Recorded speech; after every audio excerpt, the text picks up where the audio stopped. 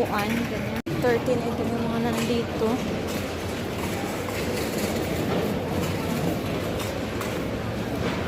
Ganyan, may mga table, maliit.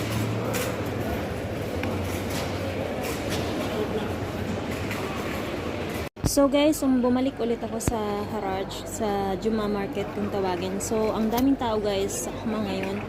So, ang dami-dami pwedeng bilhin dito guys. So, may mga shanta, may traveling bag, ganun. Shanta.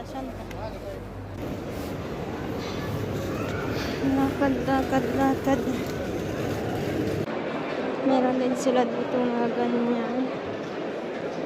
So, dito naman sa part na to guys, makikita nyo na maraming mga freezer, ganyan. Ang daming freezer dito guys na pwedeng bilhin.